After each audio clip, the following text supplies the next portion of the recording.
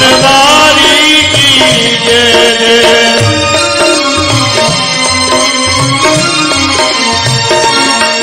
ललिता रंग देवी विशाखा की जय जय। सुकुमारी राधिका प्यारी की जय। नटनागर नित्य बिहारी की जय जय। सुख सागर रास बिहारी की जय जय। प्रेम से बोलो जी बोलत डोलो।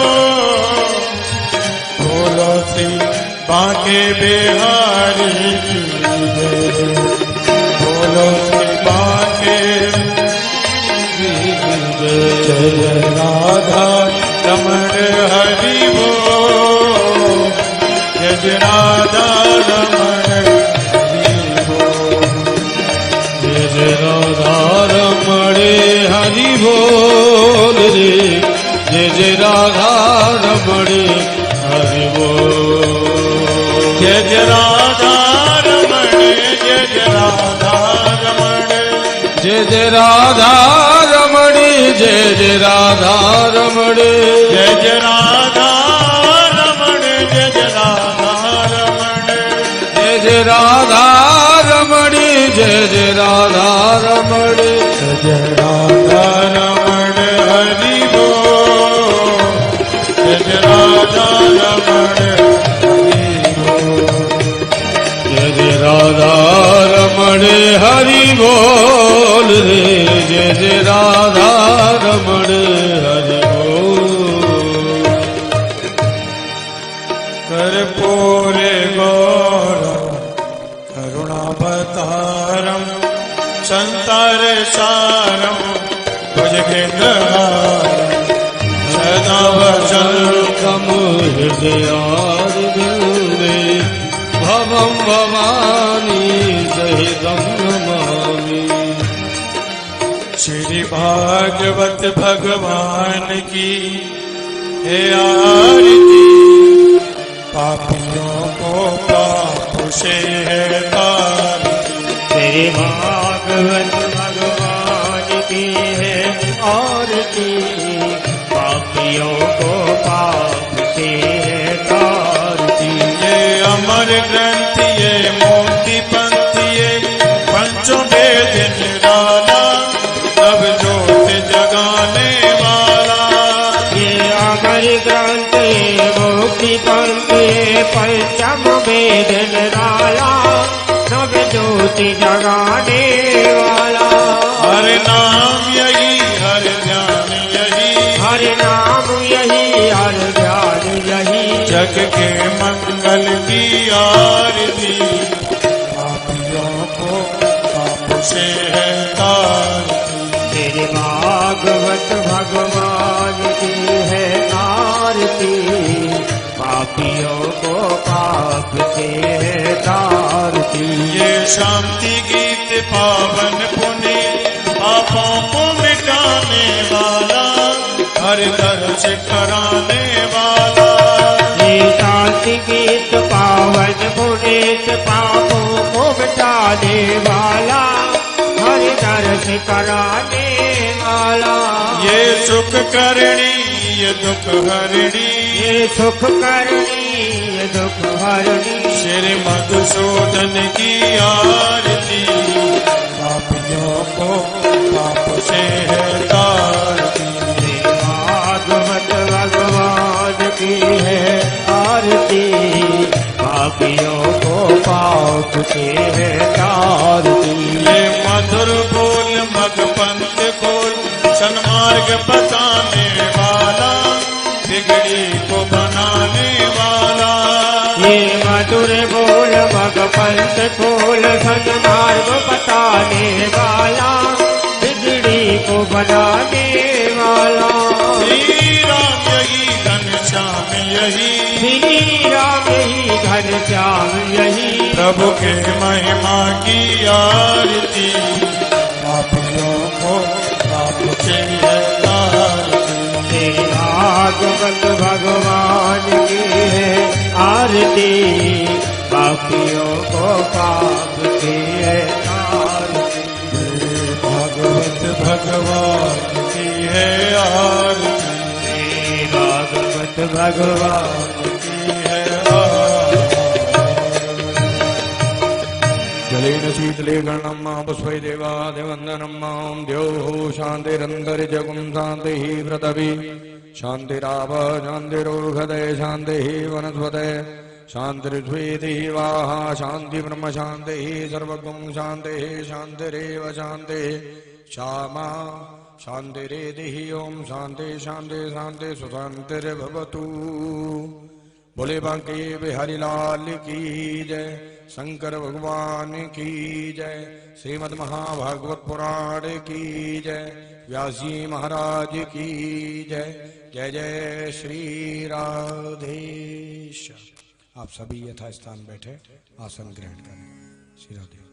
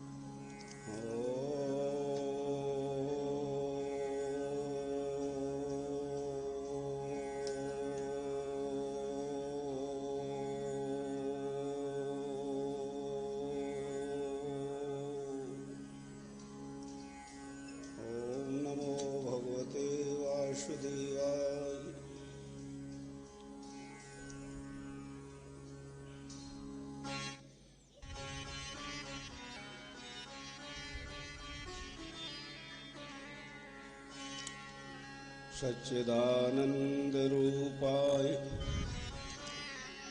विश्वोत्पत्त्यादिहेतवे तापत्रयविनाशाय श्रीकृष्णाय वयं नमः। यं प्राव्रजन्तमनुपेतमपेतकृत्यम् द्वैपायनो बृहकातर्या जुहाव पुत्रेति तन्मयतया तरुः विनयदो तं सर्वभूतहृदयं मुनिमानतोऽस्मि। नारायणं नमस्कृत्य नरं चैव नरोत्तमं देवीं सरस्वती व्यासं ततो जयमुदीरयेत्। गुरुर्ब्रह्मा गुरुर्विष्णु गुरुर्देव महेश्वर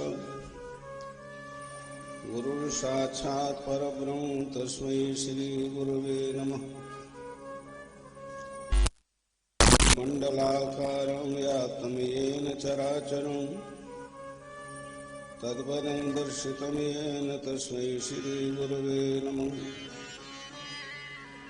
अज्ञानतिमिरान्धस्य ज्ञानाञ्जनशलाकया चक्षुरुन्मीलितं येन तस्मै श्रीगुरुवे नमः।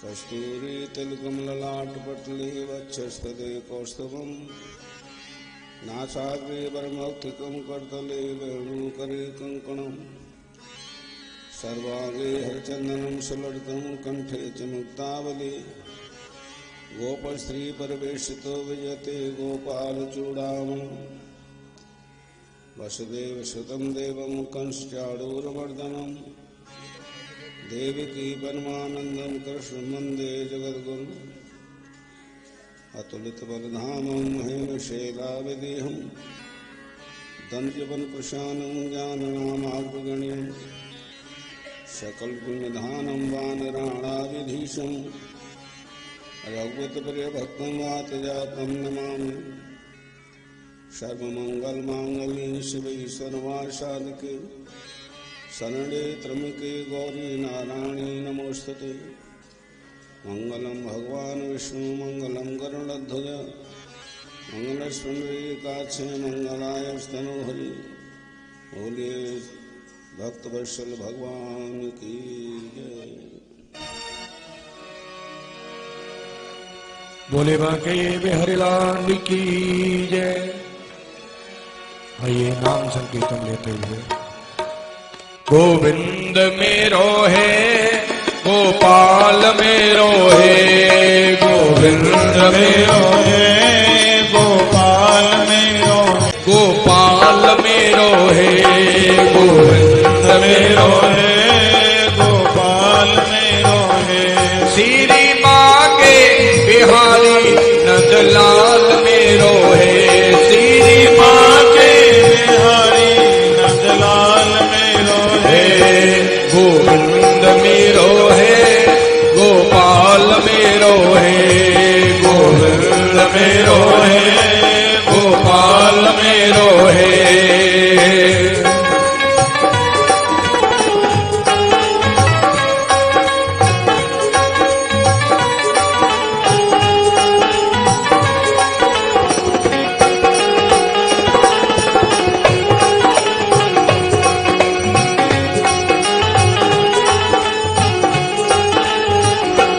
गैयन को चरैया गोपाल मेरो है गैयन को चरैया नंदलाल मेरो है माखन को खवैया नंदलाल मेरो है माखन को खवैया नंदलाल मेरो है चित छोर कन्हैया गोपाल मेरो है चित चोरी कन्हैया गोपाल मेरो है गोविंद मेरो है गोपाल मेरो है गोविंद मेरो है गोपाल मेरो है गोविंद मेरो है गोपाल मेरो है गोविंद मेरो है गोपाल मेरो है श्री मांगे बिहारी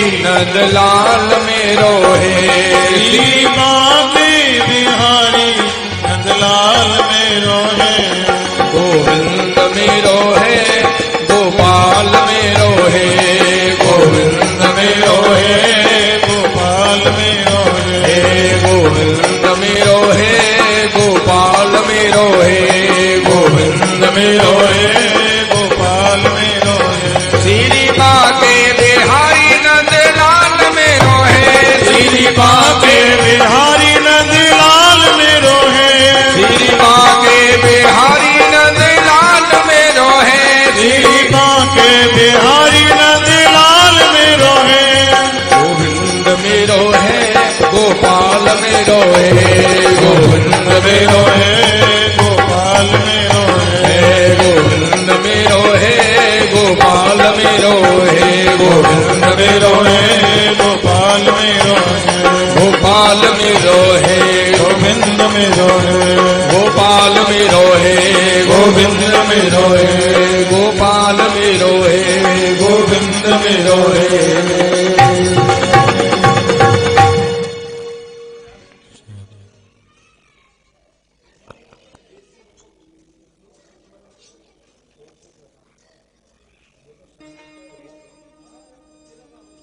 आज ये श्रीमद् भागवत कथा का 6वां दिन।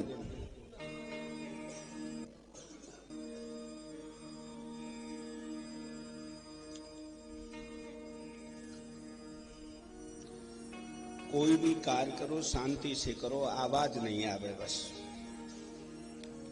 बिना बोले हुए काम भी होता रहे और वातावरण भी शांत रहे।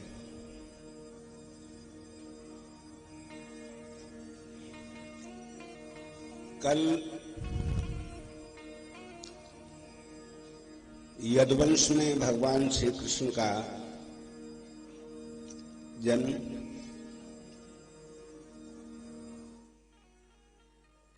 वसुदेव जी महाराज द्वारा उनको गोकुल में पहुंचाया गया और नंदराय जी के यहाँ भगवान कृष्ण के जन्म का जो उत्सव है वो धूमधाम से मनाया गया।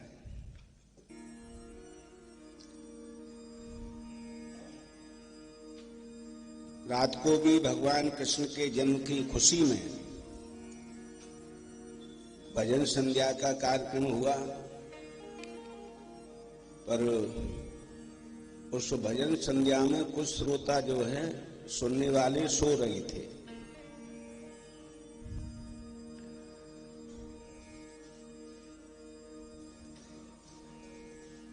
हाँ, हमको सभी सूचना प्राप्त हो जाती है वहीं।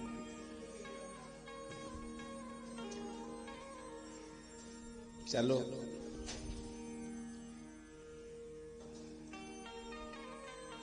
आज और कल ये 2 दिन और शेष भगवान की बाल लीलाओं का आनंद लें। भले ही त्रेता में भगवान श्री राम का जन्म हुआ, लेकिन चंद्रवंश में जो भगवान श्री कृष्ण का जन्म हुआ, ऐसा व्यक्तित्व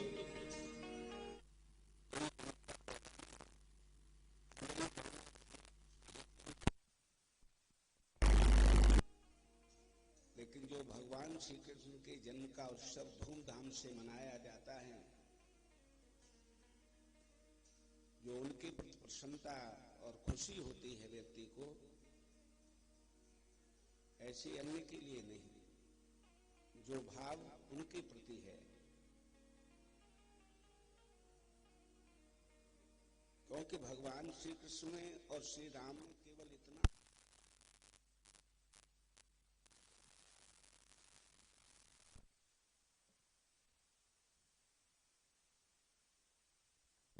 एक राजा के भी पुत्र थे, इसलिए अपनी मर्यादा में थे।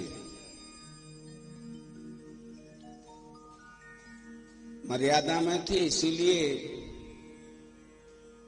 जैसे कृष्ण भगवान अपने ग्वाल वालों के साथ खूब घूमे, खेले, कूदे, वो श्री राम को प्राप्त नहीं हो पाया। इसलिए भगवान श्री कृष्ण जन जन के प्रिय बन गए।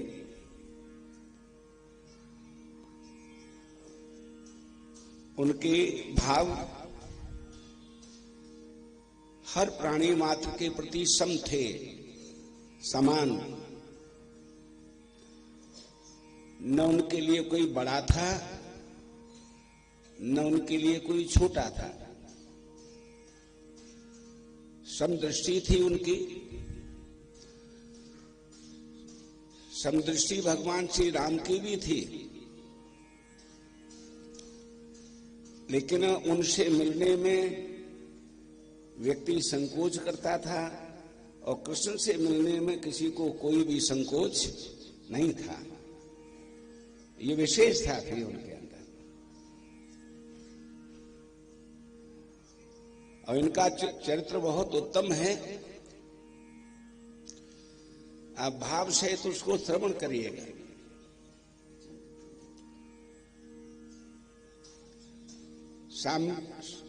सांदीपन गुरु के यहां जब पढ़ करके आए, एक छोटा सा उदाहरण दे दूं।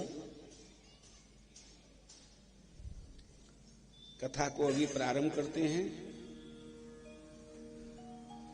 सांदीपन गुरु के यहां पढ़ करके आए जो विद्वान ब्राह्मण उज्जैनपुरी के रहने वाले, उनसे शिक्षा ली और गर्गाचार्य जी जो विद्वान ब्राह्मण थे उनसे दीक्षा ली। मित्र भी अगर किसी को बनाया तो केवल ब्राह्मण को, जिसका नाम था सुदामा। शिक्षा गुरु भी ब्राह्मण, दीक्षा गुरु भी ब्राह्मण और मित्र भी ब्राह्मण। आज हम लोग उनको सबसे अधिक सम्मान के साथ क्यों देखते हैं?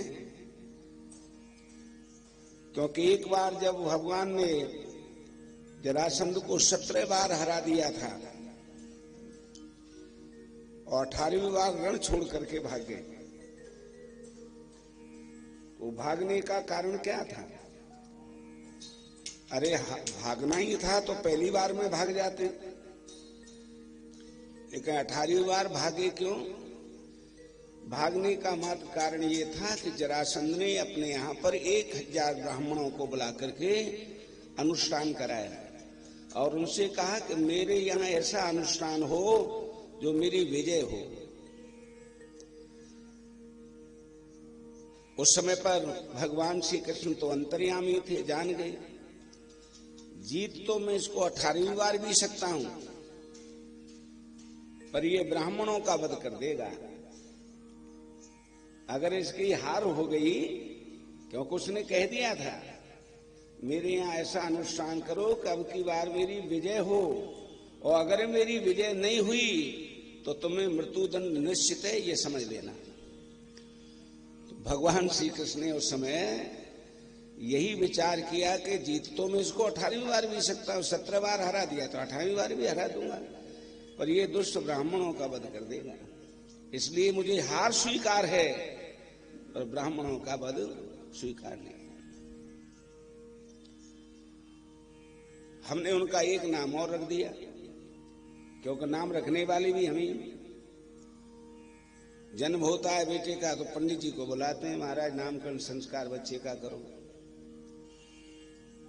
प्रभु से कहा कोई चिंता मत करो, आपके भाग जाने पर भी आपके यश में कोई कमी नहीं आने देंगे। एक नाम और रखते हैं आपका, रणछोड़ भगवान। रणछोड़ नाम रख दिया और से भी उनकी पूजा। उनके यश में आज तक कोई कमी नहीं है, उनकी पूजा में आज तक कोई कमी नहीं है। तो इस प्रकार से, और हम ही लोग, कोई और करे या न करे, लेकिन हम लोग उनकी पूजा करते हैं। सबसे पहले उनकी पूजा करते हैं, सबसे पहले उनको भोग लगाते हैं और इसके बाद में तब बैठ करके खाते हैं।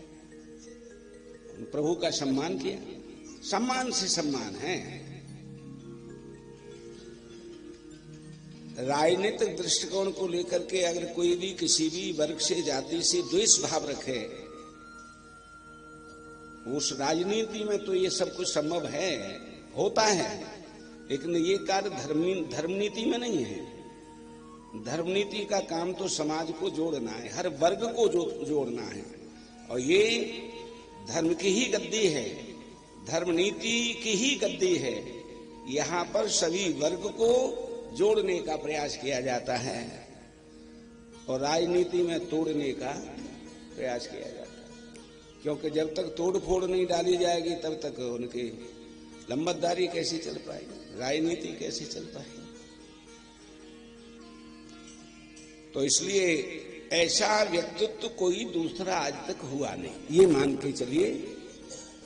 ऐसे प्रभु भगवान श्री कृष्ण की लीलाओं को बड़े भाव और श्रद्धा से श्रवण करिए।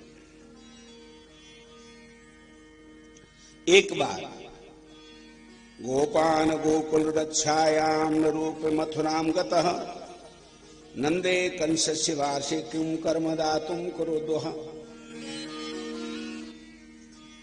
एक बार कुछ गोपों को गोकुल की रक्षा के लिए छोड़ करके ये वसुदेव जी महाराज कंस को कर देने के लिए चले गए मथुरा में। वहां जाकर के कर दिया कंस को नंदराज। नंदराज जी कुछ गोपों को साथ लेकर के मथुरा गए, कंस को कर दिया और इसके बाद ये नंदराज जी वसुदेव जी से जाकर के मिले।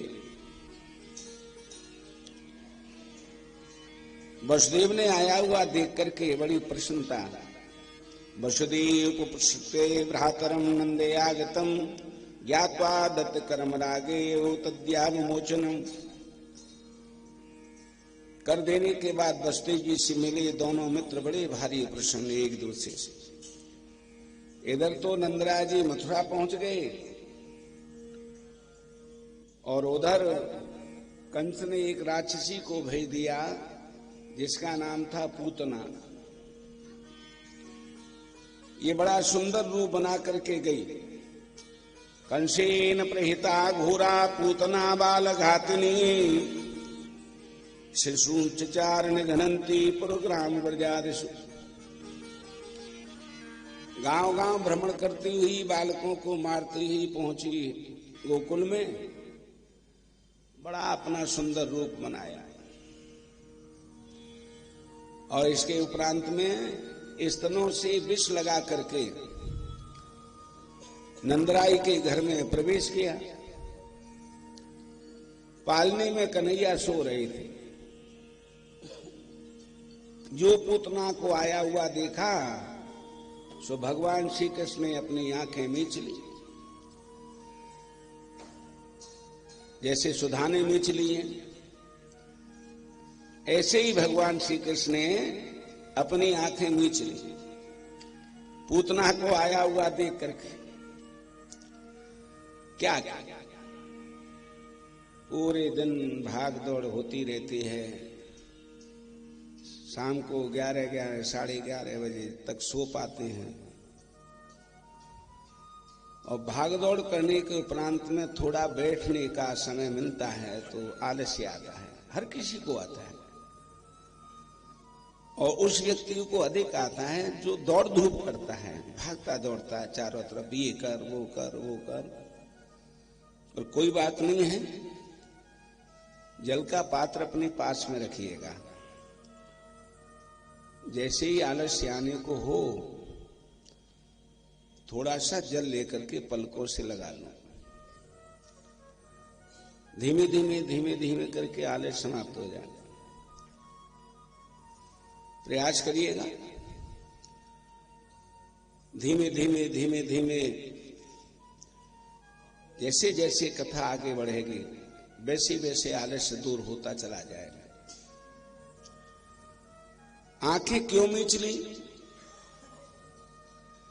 क्या भगवान कृष्ण को पूतना से डर लगता था? डर नहीं लगता था। ज्ञान के सामने अज्ञान ठहर नहीं सकता है। ज्ञान रूपी कृष्ण भगवान है और ज्ञान रूपी पूतना है, तो कैसे ठहर पाता अज्ञान?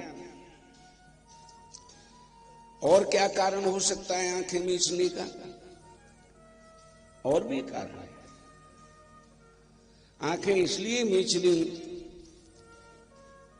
क्योंकि प्रभु ने मन में सोचा कि मेरी दृष्टि अगर इसके ऊपर पड़ गई तो ये जो पाप विचार करके आई है ये पाप उसका नष्ट हो जाएगा मेरी दृष्टि पड़ते ही। क्योंकि प्रभु ने ही कहा है कि सन्मुख जीव होए मोय जबई जन्म कोटि अगर नासऊं तबई। तो सम्मुख उनके पहुंच करके जो है ये करोड़ों जन्मों के पाप नष्ट होते हैं, तो पूतना का पाप क्यों नहीं दूर होता? तो भगवान ने यही सोच करके आंखें मीची कि मेरी दृष्टि अगर पड़ जाएगी तो ये मेरे प्रति जो विचार करके आई है जहर पिलाने के लिए, ये पाप करेगी, इसका पाप नष्ट हो जाएगा, विचार बदल जाएंगे इसके, और विचार बदलते ये लौट जाएगी। और अगर ये लौट गई तो हमने पूर्व जन्म में मैंने जो इसे वरदान दिया है उस वरदान को कैसे पूरा करूंगा? पूर्व जन्म का वरदान क्या था? पूर्व जन्म में ये पूतना राजा बल की कन्या थी। वामन भगवान गए थे ना राजा बल के यहाँ, तो राजा बल की कन्या थी, इसका नाम था रत्नमाला। वामन भगवान जब गए थे तो रत्नमाला ने वामन भगवान को देखते ही अपने मन में ये विचार किया कि ऐसो सुत पाऊं तो स्तन पान कराऊं, अगर ऐसा मेरो बेटा हो तो बाको में अपना दूध पिलाऊं। तो भगवान तो अंतर्यामी थे, अब वामन भगवान ये तो कह नहीं सकते थे कि ला अभी तेरा दूध पीऊंगा, लेकिन मन ही मन में उसे वरदान दे दिया कि तेरा भी हम दूध पिएंगे। तो यही रत्नमाला पूतना बनी, आज उसका स्तनपान करना चाहते हैं। अच्छा, और क्या कारण हो सकता है आंखें मीचने का? और भी कारण। आंखें बंद करके भगवान कृष्ण ने भगवान शिव का ध्यान किया, प्रभु से कहा कि हे भगवान, जहर के स्वाद को तो आपने चखा है, वो तो स्वाद आपने लिया है, मैंने नहीं लिया है, क्योंकि आपने जहर पिया। मैं तो जन्म लेकर के दूध दही माखन खाने आया हूं, ये पहले ही जहर से पाला पड़ गया मुझे, इसलिए मेरे कंठ में आकर के विराजमान हुई और इस विश्वान को करते हुए इसका कल्याण करिए, क्योंकि आपका नाम कल्याण करता है। शंकर, शंकर कहते हैं कल्याण को कर्माने करता, जो कल्याण करता है वो शंकर हैं।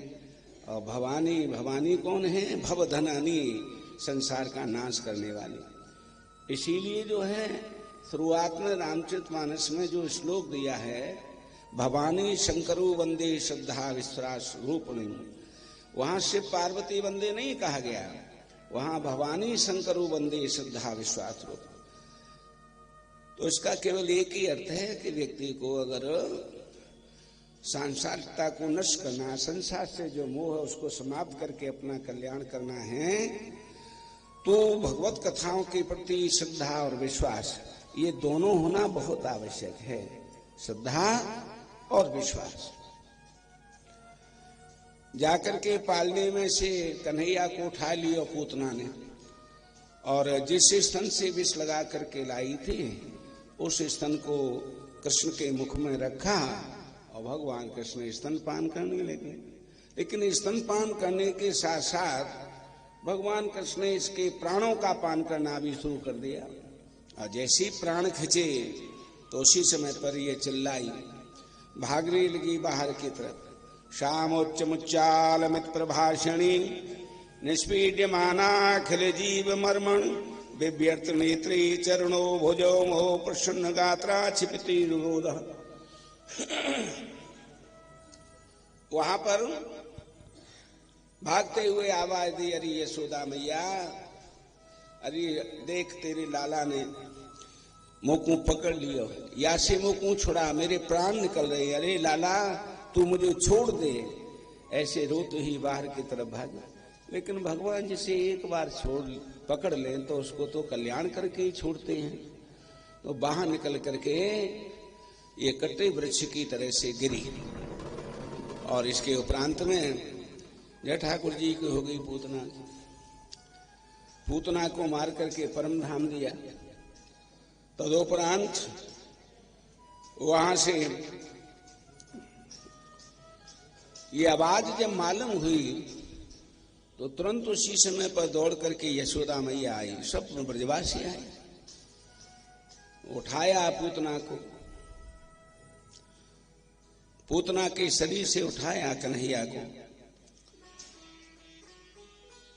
और कहीं मेरे लाला को नजर ना लग जाए, सो कहा कि यशोदा ने घर अंदर ले जाकर के गौ पुच्छा भ्रमणा देवी, गौ की पूंछ को झाड़ो लगाया,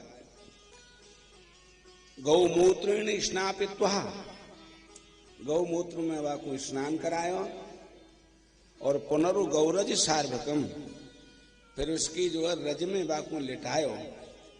या तो प्रमाण है यहाँ भागवत का कि गौ के मूत्र का भी महत्व, गौ की रज का भी महत्व, गौ के गोबर का भी महत्व, और जहां पर गौ की पूंछ का भी महत्व। जहां अगर नजर लग जाए गौ की पूंछ का झाड़ा लगा दो, नजर उतर जाएगा। यशोदा मैया ने ये सब किया। भगवान कन्हैया मनी मन में हंस रहे कि देखो कितने उपाय कर रही है, ये समझ रही है कि मुझको न जाने कहा है गए, जब वो तो साक्षात परब्रह्म भगवान है, अपनी लीला करने आए हैं।